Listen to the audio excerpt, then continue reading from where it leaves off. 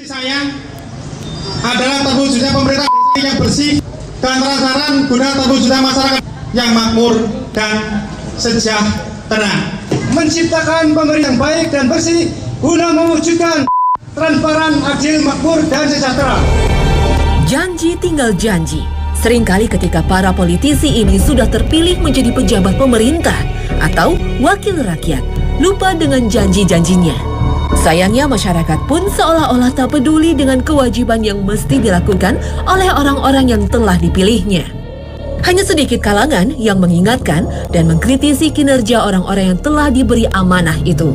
Padahal melanggar janji dan mengkhianati amanah termasuk dosa besar, dimasukkan ke dalam golongan orang-orang munafik. Kita seringkali menganggap enteng sebuah janji. Janji terhadap istri kita, anak-anak kita, bahkan orang tua kita. Ingatlah, para malaikat tak pernah lupa mencatat amal perbuatan kita. Dan amal itu akan menjadi saksi apakah kita pantas di surga atau justru di neraka. Karena itulah, jangan sembarangan membuat janji jika tidak sanggup memenuhinya. Jika janji terhadap sesama manusia sudah dianggap sebagai perbuatan dosa besar, bagaimanakah dengan janji kita kepada Allah Ta'ala? Padahal saat berada di alam ruh, kita sudah berikrar untuk menyembahnya, taat pada aturannya, dan tidak menyekutukannya. Dan ingatlah ketika Tuhanmu mengeluarkan keturunan anak-anak Adam dari sulbi mereka, dan Allah mengambil kesaksian terhadap jiwa mereka seraya berfirman, "Bukankah aku ini Tuhanmu?" Mereka menjawab, "Betul, Engkau Tuhan kami. Kami menjadi saksi.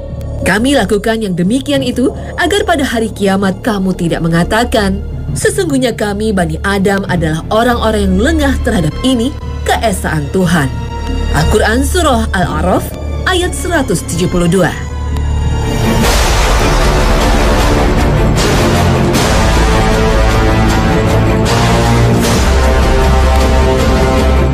Assalamualaikum warahmatullahi wabarakatuh. Selamat pagi pemirsa Trans 7, Hasanah Ensiklopedi Islam Dunia. Pagi ini kembali hadir ke hadapan Anda untuk saling berwasiat dalam kebajikan. Semoga kita menjadi orang-orang bertakwa dan diwafatkan dalam keadaan husnul khotimah. Amin ya Rabbal Alamin. Pemirsa, pernah kita berkata dusta? Pernahkah kita ingkar janji? Atau mungkin kita pernah mengkhianati amanah? Ketahuilah, inilah ciri-ciri orang munafik. Rasulullah SAW bersabda, tanda orang munafik ada 3. Jika bicara berdusta, jika diberi amanah berkhianat, dan jika berjanji menyelisihi. Hadis riwayat Bukhari Muslim. Seseorang disebut munafik karena ia menyembunyikan kebatilan dan menampakkan kebaikan. Kemunafikan atau disebut juga nifaq merupakan penyakit hati yang berbahaya sebagaimana dalam firman Allah Ta'ala. Dalam hati mereka ada penyakit, lalu ditambah Allah penyakitnya. Dan bagi mereka siksa yang pedih disebabkan mereka berdusta. Al-Quran Surah Al-Baqarah ayat 10. Ada 2 jenis kemunafikan, yaitu nifaq akbar atau kemunafikan besar dan nifaq asgor atau kemunafikan kecil. Nifaq akbar yang disebut juga kemunafikan i'tiqadi atau keyakinan karena ia menyembunyikan kekufuran dan menampakkan keislaman. Kemunafikan jenis ini jelas-jelas telah keluar dari Islam dan ancamannya kekal di neraka. Sedangkan nifaq asgor disebut pula kemunafikan amali, adalah menampakkan lahiriah yang baik dan menyembunyikan kebalikannya. Nifaq asgor tidak menyebabkan pelakunya keluar dari Islam. Meski demikian, hati-hatilah dengan kemunafikan kecil. Menurut Ibnu Rajab rahimahullah dalam Jami'ul Ulum wal Hikam, kemunafikan asgor adalah jalan menuju kemunafikan akbar. Sebagaimana maksiat adalah lorong menuju kekufuran. Sebagaimana orang yang terus-menerus di atas maksiat, dikhawatirkan dicabut keimanannya ketika menjelang mati.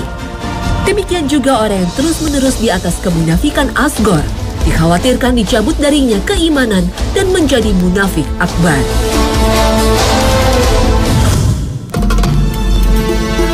Hati-hatilah dengan berbagai bentuk kemunafikan, dan hati-hati pula dengan orang-orang munafik. Allah Ta'ala telah mengabadikan dalam sebuah surah ke-63 dalam Al-Quran dengan nama Al-Munafikun.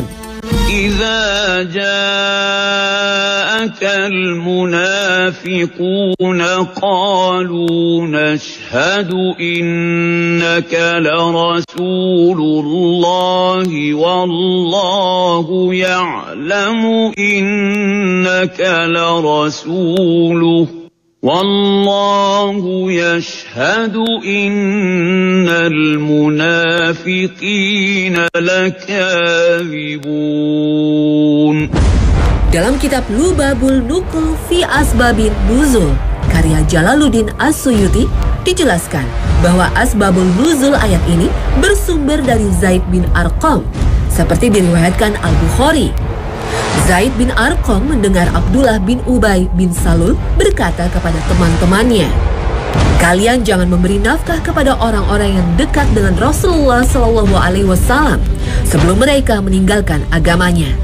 Kelak apabila kita pulang ke Madinah, pasti orang yang mulia akan mengusir orang yang hina dari kota itu."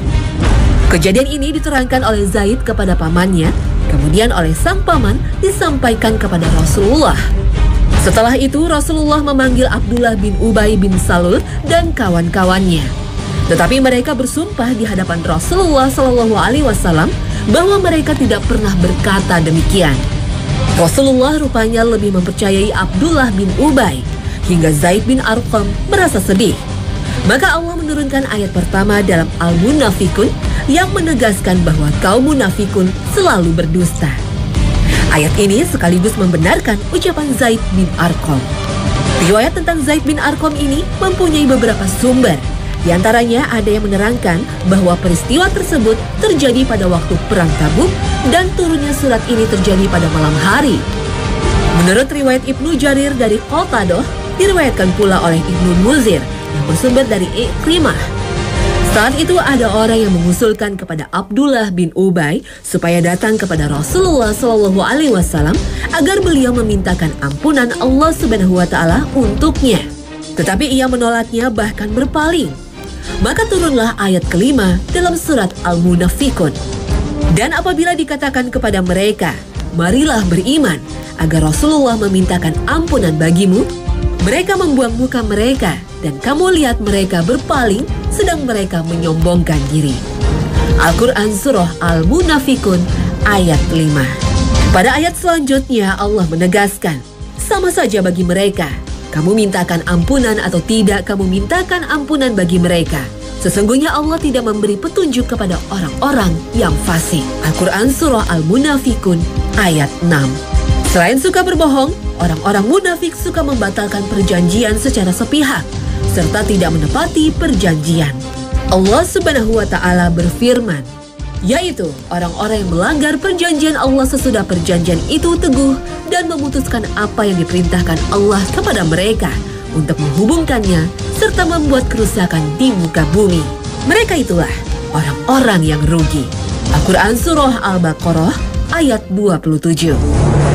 Ibnu Rajab rahimahullah menyatakan, mengkhianati perjanjian adalah haram dalam semua perjanjian seorang muslim dengan yang lainnya, walaupun dengan seorang kafir mu'ahad, yaitu orang kafir yang tinggal di negeri kafir yang telah mengadakan perjanjian dengan negara Islam.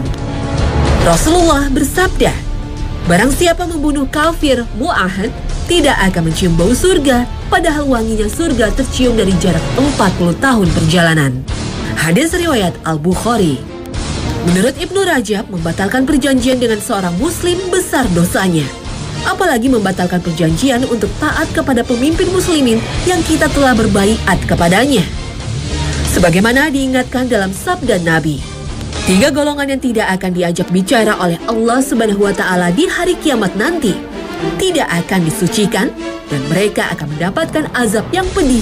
Di antaranya, seorang yang membaiat pemimpinnya hanya karena dunia. Jika pemimpinnya memberi apa yang dia mau, dia penuhi perjanjiannya. Dan jika tidak, maka dia pun tidak menepati perjanjiannya. Hadis riwayat Al-Bukhari Muslim. Berdasarkan keterangan Al-Quran dan hadis Nabi, terdapat 30 ciri orang yang dikategorikan sebagai orang munafik. Selain dusta, ingkar, janji, dan khianat, ada beberapa ciri lain yang juga disebut sebagai perbuatan orang munafik, antara lain Mereka gemar memperolok orang yang bertakwa. Misalnya, dengan menyebut orang lain kolot, ekstrim, fanatik, dan lain sebagainya. Mereka pun suka mencela sedekah yang dikeluarkan orang lain. Allah Ta'ala berfirman, orang-orang munafik yang mencela sebagian dari orang-orang yang beriman mengenai sedekah-sedekah yang mereka berikan dengan sukarela, dan mencela orang-orang yang tidak dapat mengadakan apa-apa untuk disedekahkan kecuali sedikit sekedar kemampuannya, serta mereka mengejek-ejeknya. Allah akan membalas penghinaan mereka, dan mereka akan mendapat azab yang pedih. Al-Quran Surah At-Taubah ayat 79. Orang munafik, orang suka memperbesar kesalahan orang lain, bahkan menyebarkan berita-berita dusta. Demi sesungguhnya, jika orang-orang munafik dan orang-orang yang ada penyakit dalam hatinya, serta orang-orang yang menyebarkan berita-berita dusta di Madinah itu tidak berhenti dari perbuatan jahat masing-masing, niscaya kami akan mendesakmu memerangi mereka. Sesudah itu, mereka tidak akan tinggal bertetangga denganmu di Madinah, kecuali hanya sebentar. Al-Quran Surah Al-Ahzab ayat 60. Orang munafik menganggap ringan perkara-perkara yang melawan hukum Allah, menentangnya dengan melakukan berbagai kemungkaran dan kemaksiatan secara sembunyi. Ketika dia berada di tengah-tengah banyak orang, dia berpura-pura sebagai orang yang taat beribadah. Orang munafik adalah orang yang penuh dengan kepalsuan, penuh dengan rekayasa, dan lebih sibuk membangun topeng. Orang munafik itu berbahaya karena ia sesungguhnya dalam hatinya telah ingkar, tapi lahiriahnya menampilkan orang beriman. Dalam beribadah, orang munafik terlihat sangat khusyuk, tapi Allah tidak bisa dibohongi. Allah Maha mengetahui lubuk hati terdalam. Allah Ta'ala berfirman, sesungguhnya orang-orang munafik itu menipu Allah, dan Allah akan membalas tipuan mereka. Dan apabila mereka berdiri untuk salat, mereka berdiri dengan malas. Mereka bermaksud ria dengan salat di hadapan manusia. Dan tidaklah mereka menyebut Allah kecuali sedikit sekali. Al-Quran Surah An-Nisa ayat 142. Selain malas dan ria, orang munafik sangat berat menjalankan salat Isya dan salat subuh, sebagaimana sabda Rasulullah.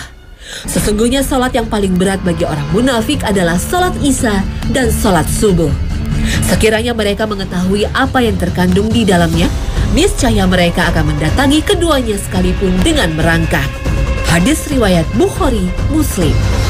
Orang munafik juga lalai untuk mengerjakan sholat tepat pada awal waktunya, apalagi menghadiri sholat berjamaah. Rasulullah mengingatkan, seperti diriwayatkan Anas bin Malik radhiyallahu anhu. Ia berkata, aku telah mendengar Rasulullah SAW bersabda, itu adalah sholatnya seorang munafik. Ia duduk menunggu matahari, sehingga jika matahari tersebut terletak antar dua tanduk setan mau terbenam, maka ia bangun sholat. Ia sholat dengan cepat sebanyak 4 rakaat. Tidak mengingat Allah di dalamnya, kecuali sedikit sekali. Hadis riwayat Muslim.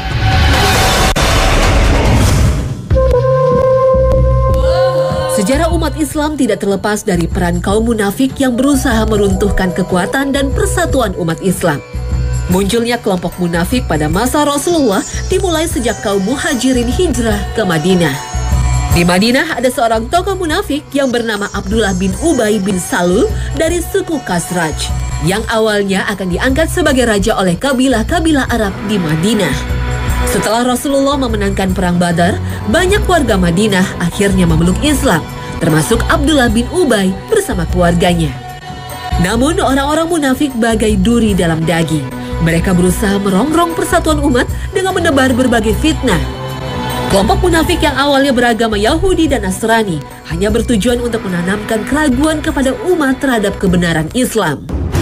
Saat Rasulullah menyerukan untuk berjihad, kaum munafik ini enggan untuk mengorbankan harta, apalagi nyawanya. Bahkan mereka berani meninggalkan medan perang dan tidak mau tunduk pada perintah Rasulullah seperti yang terjadi pada perang Uhud. Saat turun ayat-ayat dalam surah Al-Munafikun yang terkait kemunafikan Abdullah bin Ubay, banyak sahabat mengira Rasulullah akan memerintahkan untuk membunuhnya. Saat itu Abdullah bin Ubay, putra Abdullah bin Ubay yang telah menjadi seorang muslim yang baik, datang kepada Rasulullah dan menyatakan dirinya siap untuk membunuh ayahnya sendiri meskipun hatinya pilu. Karena jika orang lain yang diperintahkan untuk membunuhnya, ia khawatir tidak bisa menahan diri untuk membalas dendam. Karena dalam tradisi Arab, darah harus diganti dengan darah. Tapi apa yang dikatakan oleh Rasulullah? Kita tidak akan membunuhnya. Bahkan kita harus berlaku baik kepadanya. Harus menemaninya baik-baik selama dia masih bersama dengan kita. Begitulah akhlak Rasulullah yang agung.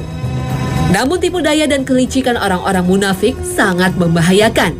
Karena itulah Allah berfirman kepada Rasul-Nya, "Hai Nabi, berjihadlah melawan orang-orang kafir dan orang-orang munafik itu, dan bersikap keraslah terhadap mereka. Tempat mereka ialah neraka jahanam, dan itulah tempat kembali yang seburuk-buruknya." Al-Quran Surah At-Taubah ayat 73. Berbagai peristiwa perpecahan umat Islam tidak lepas dari konspirasi orang-orang munafik. Pembunuhan para khalifah Islam mulai dari Umar bin Khattab, Utsman bin Affan, hingga Ali bin Abi Thalib. Semoga Allah meridhoi mereka akibat dari hasutan dan konspirasi orang-orang munafik.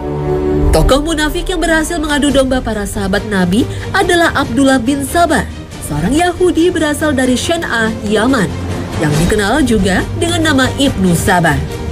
Ia datang ke Madinah kemudian berpura-pura memeluk Islam pada masa Khalifah Utsman bin Affan. Seperti ditulis Dr. Utsman bin Muhammad Al-Khamis dalam bukunya Hikbah Minat Thoriq. Ibnu Sabah banyak menyebarkan berita-berita bohong untuk merusak citra pemerintahan Utsman bin Affan. Antara lain dengan menyebarkan surat-surat palsu atas nama para sahabat utama yang isinya mencela Utsman bin Affan. Berbagai tuduhan yang dialamatkan kepada Utsman bin Affan antara lain soal pengangkatan anggota keluarganya menjadi pejabat pemerintah, keputusan untuk mengasingkan Abu Dzar ke Rabazah, bahkan Khalifah Utsman diisukan telah memukul Ibnu Mas'ud dan Ammar bin Yasir hingga terluka parah. Setelah berbagai fitnah ini tersebar luas, kelompok pemberontak dari Basrah, Kufah, dan Mesir menuju Madinah berpura-pura ingin pergi haji. Padahal sesungguhnya mereka ingin memberontak kepada Khalifah Utsman. Menurut sebuah riwayat, para pemberontak berjumlah 2.000 orang dan mengepung kediaman Khalifah Utsman selama 40 hari hingga Khalifah Utsman terbunuh dalam peristiwa itu. Tepatnya pada 18 Zulhijjah tahun 35 Hijriah. Setelah berhasil menggerakkan pemberontakan terhadap Khalifah Utsman, Ibnu Sabah yang dikenal sebagai penggerak kelompok Sabaiyah ini juga mengobarkan fitnah hingga terjadi konflik antara Ali bin Abi Thalib dan Ummul Mukminin Aisyah yang dikenal dengan Perang Jamal. Begitu pula konflik yang terjadi antara Ali bin Abi Thalib dan Muawiyah bin Abu Sufyan yang dikenal dengan Perang Siffin. Tipu daya orang-orang munafik juga terjadi pada peristiwa Karbala. Husain bin Ali bin Abi Thalib beserta keluarganya dibunuh secara sadis oleh pasukan Kufah. Padahal Rasulullah SAW pernah bersabda, "Dua orang ini, Hasan dan Husain, adalah pemimpin para pemuda penduduk surga." Hadis riwayat Tirmizi. Sepeninggal Ali bin Abi Thalib, umat Islam saat itu memilih Hasan bin Ali untuk melanjutkan kekhalifahan, namun hanya berlangsung 6 bulan. Hasan bin Ali menyerahkan kekhalifahan kepada Muawiyah demi persatuan umat, dengan syarat Muawiyah akan menyerahkan kembali kekhalifahan kepada Hasan bin Ali. Karena itulah, tahun itu disebut Amul Jamaah atau Tahun Persatuan Umat. Tetapi Hasan lebih dulu wafat hingga Muawiyah menyerahkan kekhalifahan kepada anaknya Yazid. Namun Husain bin Ali tak mau membaiat Yazid. Sementara penduduk Kufah saat itu mengirim surat kepadanya agar datang ke Kufah untuk dibaiat sebagai khalifah. Banyak sahabat Nabi yang melarang Husain bin Ali untuk pergi ke Kufah. Bahkan Ibnu Umar yang saat itu berada di Mekah menyusulnya dengan menempuh perjalanan selama 3 hari. Setelah melakukan perjalanan yang jauh, Husain beserta rombongannya berhenti di sebuah tempat bernama Karbala. Saat itu mereka bukan disambut gembira oleh penduduk Kufah, justru dihadang oleh pasukan Ubaidullah bin Ziyad yang berjumlah 5.000 orang. Sementara Al-Husain hanya memiliki 72 penunggang kuda. Al-Husain menyadari dirinya tertipu oleh janji penduduk Kufah yang awalnya mendukungnya untuk meluruskan kekhalifahan yang diambil Yazid bin Muawiyah. Namun ternyata mereka berkhianat. Pada Jumat pagi hari pada 10 Muharram 61 Hijriah, berkobarlah peperangan antara dua pasukan yang tidak imbang. Pasukan Al-Husain menyadari tidak akan mungkin menang, namun mereka rela untuk membela cucu Rasulullah. Semuanya tewas satu persatu, tidak ada yang tersisa kecuali Husain bin Ali dan anaknya yang sedang sakit, Ali bin Husain.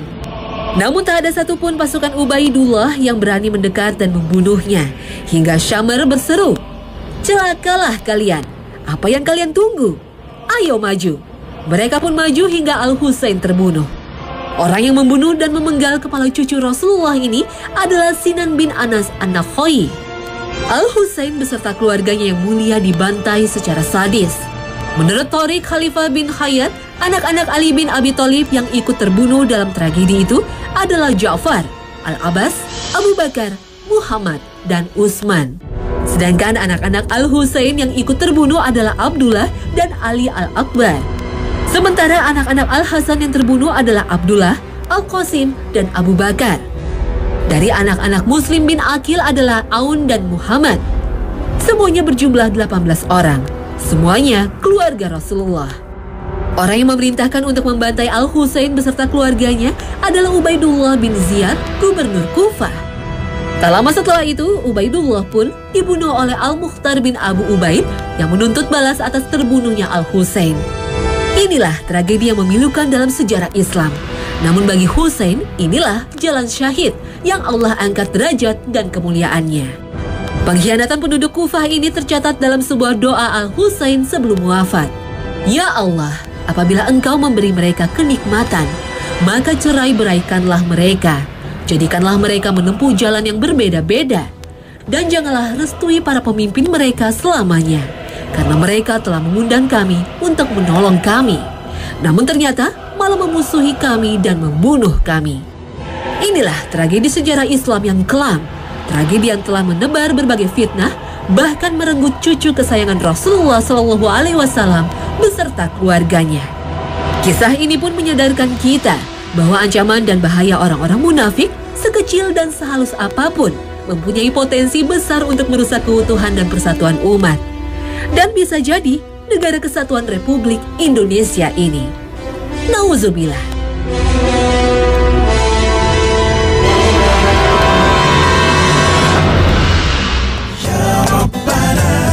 Pemirsa Hasanah, semoga episode munafik ini membuat kita waspada untuk menghindari berbagai perbuatan nifak walaupun kecil. Karena akan menjadi jalan menuju nifak akbar. Dan yang perlu diingat, waspadalah dengan orang-orang munafik yang selalu menebar fitnah dan berbagai rekayasa untuk menghancurkan diri kita dan agama kita. Terima kasih atas perhatian Anda dan wassalamualaikum warahmatullahi wabarakatuh.